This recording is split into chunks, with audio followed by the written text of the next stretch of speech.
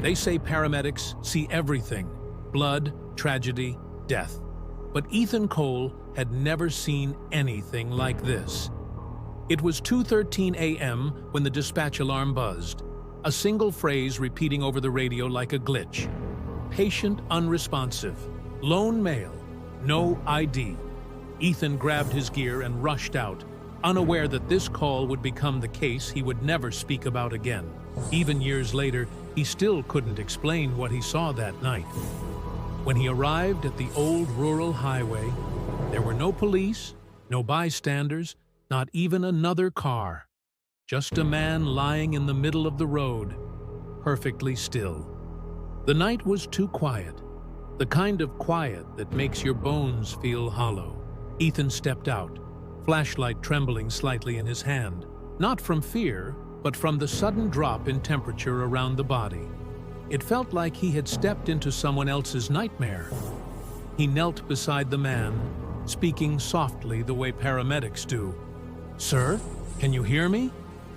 But the words seemed to vanish in the air before they even reached the body. The man's skin was cold, not night cold, freezer cold. Ethan checked for a pulse and startled when he felt one. Slow, deliberate, almost waiting.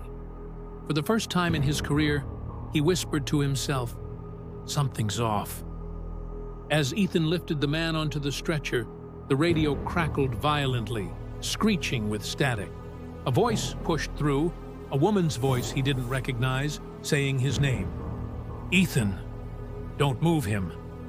He froze, breath hitching, because dispatchers never speak like that, never whisper, never warn. When he responded, "Who is this?" the radio cut dead. Inside the ambulance, the man finally exhaled. A long, painful breath, as if he'd been holding it for years. Ethan stepped back, shocked, because no unconscious patient breathes like that. The man's lips parted, and in a voice so raspy it sounded wrong, he whispered, "You finally came." Ethan's chest tightened with dread. He knew this wasn't a normal medical call anymore. The lights above flickered as the temperature inside dropped another 10 degrees. Ethan tried to check vitals again, but the monitor only showed a blank green line, like it wasn't connected to anything human. The man turned his head slowly, too slowly, and Ethan stumbled backward as the man's eyes opened. They were pale, unfocused, but staring directly at him.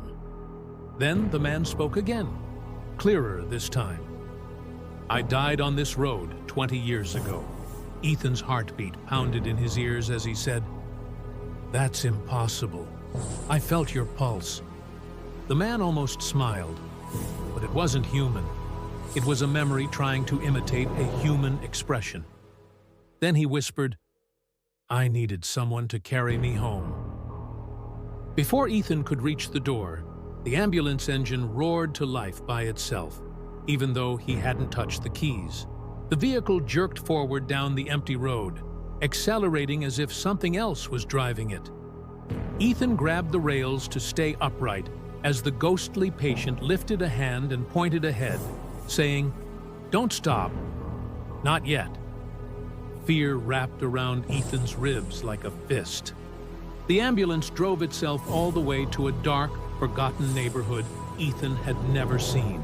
It stopped in front of a decaying house with boarded windows and a dying porch light weakly flickering.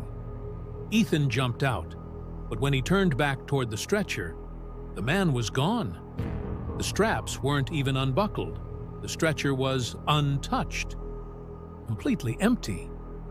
Then Ethan saw it, a small, glowing outline near the front door, a faded figure of the same man, now transparent, standing beside a porch where an elderly woman sat hunched over, crying.